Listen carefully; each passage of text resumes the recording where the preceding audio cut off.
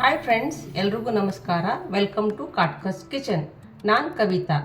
ಇವತ್ತಿನ ರೆಸಿಪಿ ನಮಗೆ ತುಂಬ ಇಷ್ಟವಾದ ತರಕಾರಿ ಹಾಗಲಕಾಯಿ ಫ್ರೈ ಹೇಗೆ ಮಾಡೋದು ನೋಡೋಣ ಬನ್ನಿ. ಬೇಕಾಗುವ ಇಂಗ್ರೀಡಿಯೆಂಟ್ಸ್ ನೋಡ್ಕೊಳ್ಳೋಣ. ಅರಿಶಿಣ, ಧನಿಯಾ ಪುಡಿ 1 ಟೀ ಸ್ಪೂನ್, 1.5 ಟೀ ಸ್ಪೂನ್ ಕಳಿಕಾಯಿ ಬೀಜ ಪುಡಿ, ಅಜ್ವೈನ್ ಓಂಕಾಳು,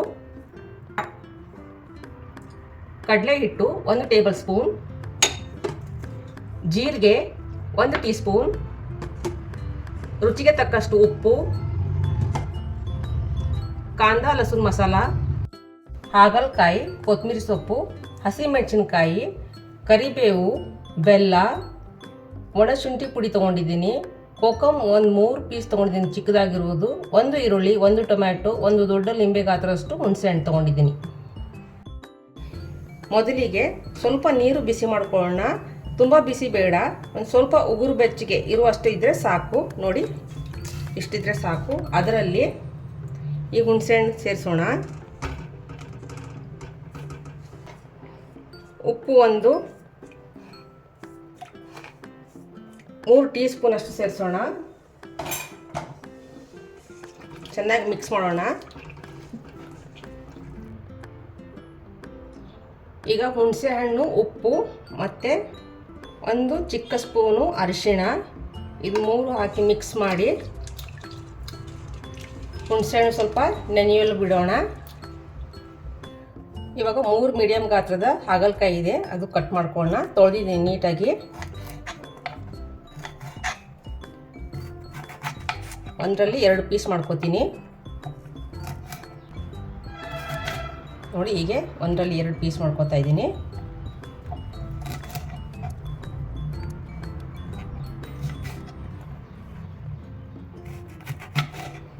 ಆಯಿತು.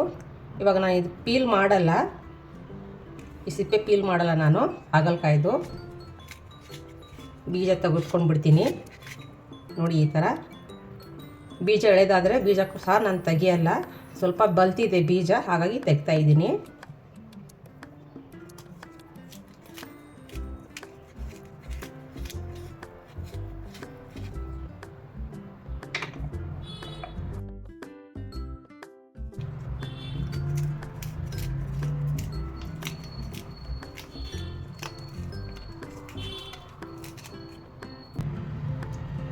ನೋಡಿ, ಇವಾಗ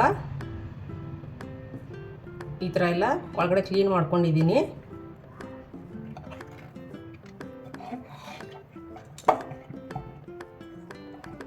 ಈ ಹುಣಸೆ ಹಣ್ಣನ್ನ ನೀಟಾಗಿ ಈ ಥರ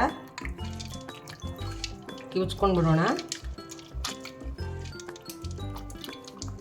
ಸ್ವಲ್ಪ ಬೆಚ್ಚಗೆ ನೀರಲ್ಲಿ ಹುಣಸೆ ಹಣ್ಣು ಹಾಕಿದರೆ ಬೇಗ ಮೆತ್ತಗಾಗುತ್ತೆ ಅಂತ ಸ್ವಲ್ಪ ಬೆಚ್ಚಗೆ ನೀರಲ್ಲಿ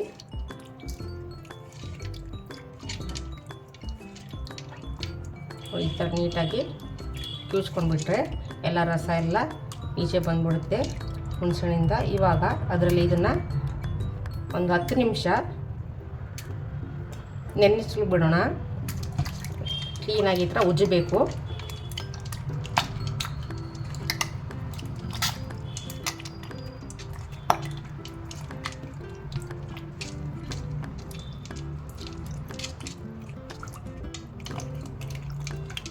ಇವಾಗ ಇದು ಒಂದು 10 ನಿಮಿಷ ಬಿಟ್ಬಿಡೋಣ. ಮತ್ತು ಮುಂದೆ ಏನು ಮಾಡೋದು ನೋಡೋಣ ಬನ್ನಿ. ಮೊದಲಿಗೆ ಕಡಲೆ ಹಿಟ್ಟು ಫ್ರೈ ಮಾಡ್ಕೊಳ್ಳೋಣ.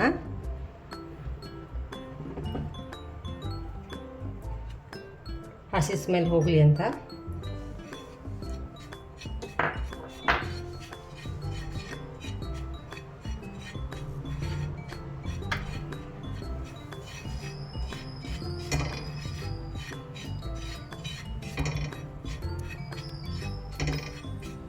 ಸ್ವಲ್ಪ ಬ್ರೌನ್ ಆಗಬೇಕು.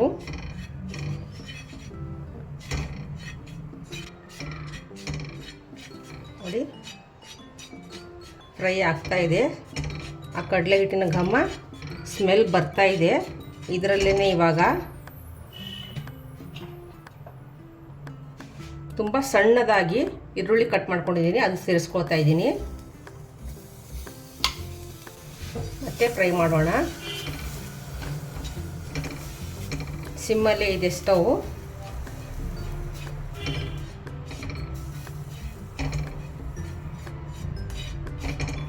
ಒಂದಷ್ಟು ಎಣ್ಣೆ ಸೇರಿಸ್ಕೊಳ್ಳೋಣ. ಇವಾಗ ಇದು ಚೆನ್ನಾಗಿ ಫ್ರೈ ಆಗಬೇಕು.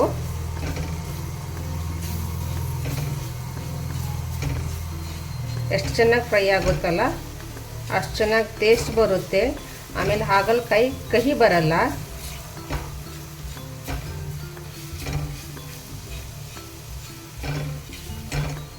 ನೋಡಿ ಫ್ರೈ ಆಗ್ತಾ ಇದೆ. ಇನ್ನು ಚೆನ್ನಾಗಿ ಫ್ರೈ ಆಗಬೇಕು, ಬ್ರೌನ್ ಆಗಬೇಕು ಇದೆಲ್ಲ.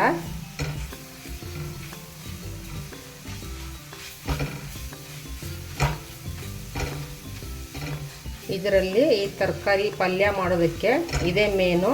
ಎಷ್ಟು ಚೆನ್ನಾಗಿ ಫ್ರೈ ಮಾಡ್ತೀವಲ್ವ ಅಷ್ಟು ಚೆನ್ನಾಗಿ ಬರುತ್ತೆ ಪಲ್ಯ. ಒಂಚೂರು ಕಹಿ ಅನಿಸಲ್ಲ. ಚಿಕ್ಕ ಮಕ್ಕಳು ಸಹ ತಿನ್ಬೋದು ಇದನ್ನು. ನಮ್ಮ ಮನೇಲಿದು ಎಲ್ರಿಗೂ ತುಂಬ ಇಷ್ಟ.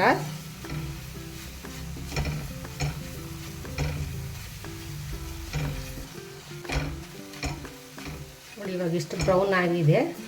ಈ ಸ್ವಲ್ಪ ಪಕ್ಕಕ್ಕೆ ಜರುಗಿಸೋಣ. ಇನ್ನೊಂದು ಸ್ವಲ್ಪ ಎಣ್ಣೆ ಹಾಕಿ ಅದರಲ್ಲಿ ಒಂದು ಚಿಟಿಕೆಯಷ್ಟು ಜೀರಿಗೆ ಹಾಕಿದರೆ ಸಾಕು.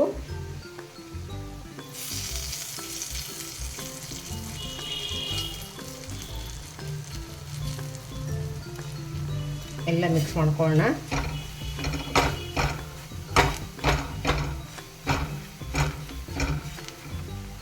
ಇವಾಗ ಒಂದು ಚಿಟಿಕೆಯಷ್ಟು ಓಂಕಾಳು ತೊಗೊಂಡಿದ್ದೀನಿ, ಅಜ್ವೈನು. ಈ ಥರ ಮಾಡಿಬಿಟ್ಟು ಇದರಲ್ಲೇ ಸೇರಿಸ್ತಾ ಇದ್ದೀನಿ. ಕಡಲೆ ಹಿಟ್ಟಿರೋದ್ರಿಂದ ಗ್ಯಾಸ್ ಆಗಬಾರ್ದು ಅಂತ ಓಂಕಾಳು ಹಾಕ್ಕೊಳ್ತಾ ಇದ್ದೀನಿ. ಟೇಸ್ಟ್ ಕೂಡ ಚೆನ್ನಾಗಿರುತ್ತೆ. ಮಿಕ್ಕಿರೋ ಇಂಗ್ರೀಡಿಯೆಂಟ್ಸ್ ಹಾಕ್ಕೊಳ್ತಾ ಇದ್ದೀನಿ. ಕಡಲೆಕಾಯಿ ಬೀಜ ಪುಡಿ, ಧನಿಯಾ ಪುಡಿ ಮತ್ತು ಅರ್ಧದಷ್ಟು ಕಾಂದ ಲಸಣ ಮಸಾಲ ತಗೋತಾ ಇದ್ದೀನಿ.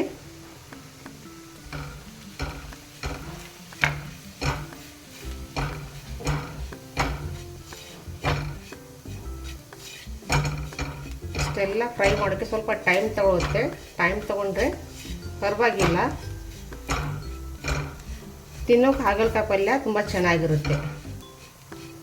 ನೋಡಿ ಎಲ್ಲ ಉದುರಾಗಿ ಆಗ್ತಾ ಇದೆ. ಇವಾಗ ಶುಂಠಿ ಪುಡಿ, ಬೆಲ್ಲ, ಕರಿಬೇವು, ಹಸಿಮೆಣಸಿನ್ಕಾಯಿ, ಸ್ವಲ್ಪ ಕೊತ್ತಂಬರಿ ಸೊಪ್ಪು ತಗೋತಾ ಇದ್ದೀನಿ. ಇದನ್ನೆಲ್ಲ ಇದಕ್ಕೆ ಮಿಕ್ಸ್ ಮಾಡ್ಕೊತಾ ಇದ್ದೀನಿ.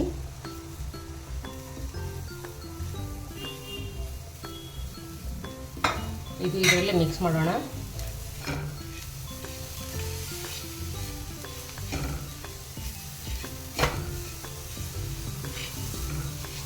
ಹಾಗಲಕಾಯಿ ಪಲ್ಯ ಅಂದರೆ ಎಲ್ಲರೂ ಅಷ್ಟು ಇಷ್ಟಪಡಲ್ಲ. ಈ ಥರ ನೀವು ಮಾಡಿಕೊಂಡು ಊಟ ಮಾಡಿ, ನಿಮಗೆ ಗೊತ್ತಾಗುತ್ತೆ ಹಾಗಲಕಾಯಿ ಅಂದರೆ ಇಷ್ಟಪಡದೇ ಇರೋರು ಇಷ್ಟಪಡ್ತಾರೆ. ಇವಾಗ ಇದು ಮಿಕ್ಸ್ ಆಗಿದೆ ಎಲ್ಲ. ಇದು ಆಫ್ ಮಾಡ್ಕೊಂಡ್ಬಿಡ್ತೀನಿ, ತಣ್ಣಗಾಗಲಿ. ನೋಡಿ ಇವಾಗ ಇದು 10 ನಿಮಿಷ ಎಲ್ಲ ನೆನೆದು ಆಗಿದೆ. ಇದು ತೆಕ್ಕೊಂಡ್ಬಿಡೋಣ. ತೆಗೆದ್ಬಿಡ್ತೀನಿ. ಇದು ಸ್ವಲ್ಪ ಈ ಥರ ಹಿಂಡ್ಬಿಟ್ಟು ತೆಗೆದುಕೊಳ್ಳೋಣ. ತುಂಬ ಪ್ರೆಸ್ ಮಾಡಿಬಿಡಿ. ಸ್ವಲ್ಪ ಈ ಥರ ಮಾಡಿಬಿಟ್ರೆ ಅದು ನೀರೆಲ್ಲ ಬಂದ್ಬಿಡುತ್ತೆ ಈಚೆ. ಅದೇ ಥರ ಎಲ್ಲ ನೀರು ತೆಗೆದುಕೊಂಡ್ಬಿಡೋಣ. ಚೆನ್ನಾಗಿ ನೆಂದಿದೆ. ಒಂದು 10 ನಿಮಿಷ ನೋಡಿ ಇಟ್ಟಿದ್ದೀನಿ. 10 ನಿಮಿಷಕ್ಕೆಲ್ಲ ಇದು ಮೆತ್ತಗಾಗ್ಬಿಟ್ಟಿದೆ. ಸಾಕು, 10 ನಿಮಿಷ ಮಾತ್ರ ಇಡಿ.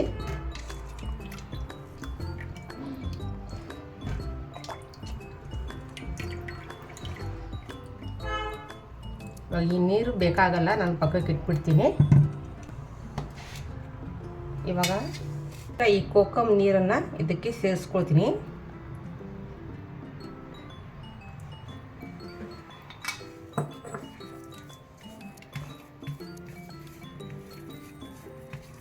ನೋಡಿ ಇವಾಗ ಈ ಸ್ಟಫಿಂಗ್ನ ಇದರಲ್ಲಿ ಸೇರಿಸ್ಬಿಡೋಣ ಹಾಗಲಕಾಯಲ್ಲಿ.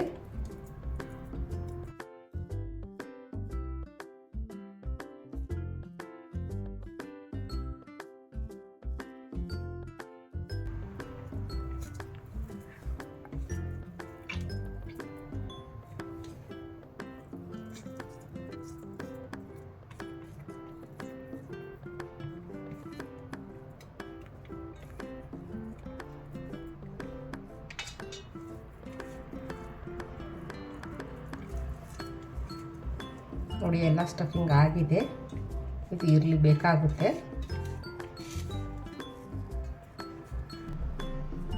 ಇವಾಗ ಬಾಣಲೆ ಇಟ್ಕೊಂಡಿದ್ದೀನಿ. ಸ್ಟವ್ ಆನ್ ಮಾಡ್ಕೊಳ್ಳೋಣ. ಬಿಸಿ ಆಗಲಿ ಬಾಣಲೆ. 1 ಟೇಬಲ್ ಸ್ಪೂನ್ ಅಷ್ಟು ಎಣ್ಣೆ ಸೇರಿಸ್ಕೊಳ್ತೀನಿ. ಸಾಕು. ಈರುಳ್ಳಿ ಹಾಕ್ಕೊಳ್ತಾ ಇದ್ದೀನಿ ಎಣ್ಣೆಗೆ. ಎಣ್ಣೆ ಬಿಸಿ ಆಗಿದೆ. ಈರುಳ್ಳಿ ಸ್ವಲ್ಪ ಫ್ರೈ ಆಗಲಿ.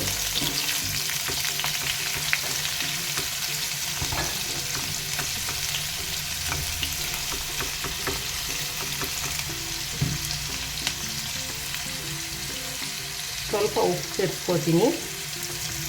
ಬೇಗ ಈರುಳ್ಳಿ ಮೆತ್ತಗಾಗುತ್ತೆ.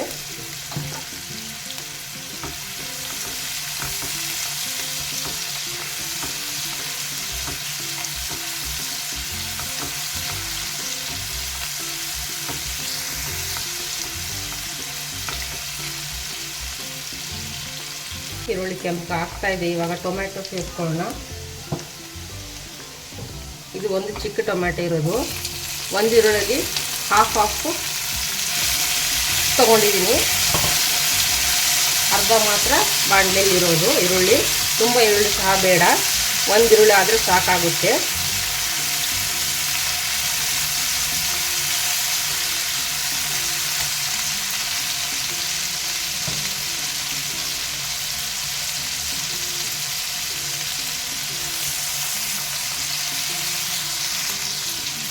ಇವಾಗ ಹಾಗಲಕಾಯಿ ಇದರಲ್ಲೇ ಫ್ರೈ ಮಾಡ್ಕೊಳ್ಳೋಣ.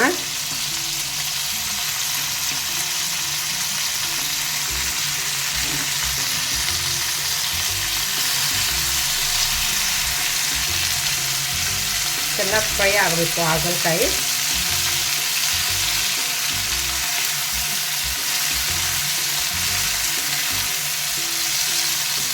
ಸ್ಟಫಿಂಗ್ ಈಚೆ ಬರಲ್ಲ,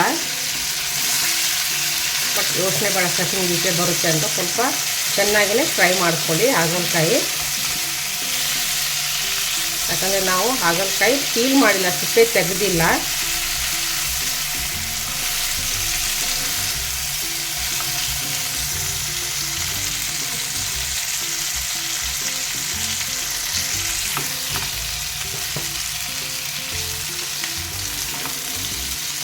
ಈ ಹಾಗಲಕಾಯಿ ಸ್ಟಫಿಂಗ್ಗೆ ನಾನು ಉಪ್ಪು ಸೇರಿಸಿಲ್ಲ. ಯಾಕಂದರೆ ಉಪ್ಪಲ್ಲೇ ನೆನೆಸಿದ್ದೀನಲ್ವ ಹಾಗಲಕಾಯಿ, ಅದು ಅಬ್ಸರ್ವ್ ಮಾಡ್ಕೊಂಡಿರುತ್ತೆ. ಇನ್ನು ಮತ್ತೆ ಆ ಸ್ಟಫಿಂಗಲ್ಲೂ ಉಪ್ಪು ಹಾಕಿದರೆ ಜಾಸ್ತಿ ಉಪ್ಪು ಹಾಕ್ಬಿಡುತ್ತೆ ಅಂತ ನಾನು ಹಾಕಿಲ್ಲ. ನೋಡಿ ಈ ಥರ ಚೆನ್ನಾಗಿ ಫ್ರೈ ಆಗಬೇಕು. ಇನ್ನೊಂದು 2 ನಿಮಿಷ ಫ್ರೈ ಆಗಲಿ, ಸಾಕಾಗುತ್ತೆ.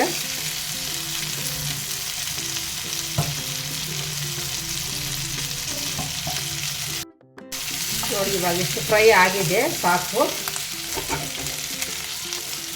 ಇದು ಮಿಕ್ಸ್ ಮಾಡ್ಕೊಂಡು ನೋಡೋಣ.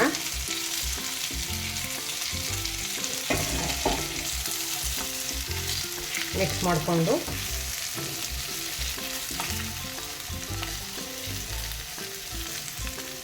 ಸ್ವಲ್ಪ ಕಾಂದಾ ಲಸೂನ್ ಮಸಾಲ,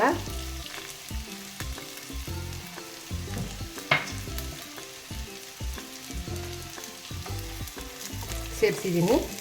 ನೀರು ಸೇರಿಸ್ಕೊಂಡ್ಬಿಡೋಣ.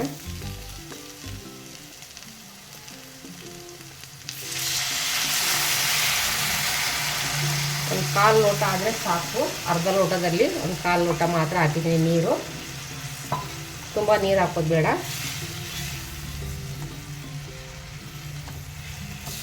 ಬೇಕಂದರೆ ಆಮೇಲೆ ಸ್ವಲ್ಪ ನೀರು ಸೇರಿಸ್ಕೊಳ್ಳೋಣ. ಸ್ವಲ್ಪ ಫ್ಲೇಮ್ ಹೈ ಮಾಡ್ತಾಯಿದ್ದೀನಿ ಇವಾಗ, ಮಿಕ್ಸ್ ಆಗಲಿ ಅಂತ.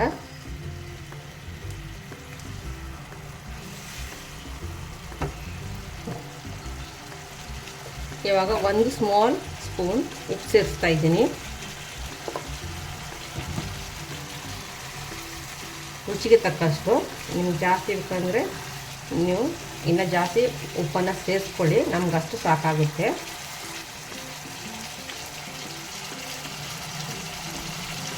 ಇವಾಗ ಇಕ್ಕಿರೋ ಕೋಕಮ್ ಸಹ ಇದರಲ್ಲಿ ಮಿಕ್ಸ್ ಮಾಡ್ಕೋತೀನಿ. ಸಿಮ್ ಮಾಡ್ಕೋತೀನಿ ಸ್ಟವ್. ಮಿಕ್ಸ್ ಮಾಡಿಕೊಂಡು ಒಂದು 10 ನಿಮಿಷ ಬೇಯಲು ಬಿಟ್ಬಿಡೋಣ.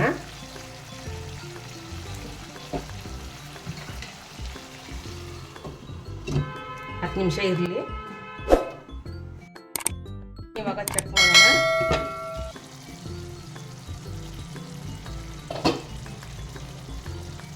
ತುಂಬ ಚೆನ್ನಾಗಿ ಅರೋಮ ಬರ್ತಾ ಇದೆ, ಘಮ ಚೆನ್ನಾಗಿದೆ.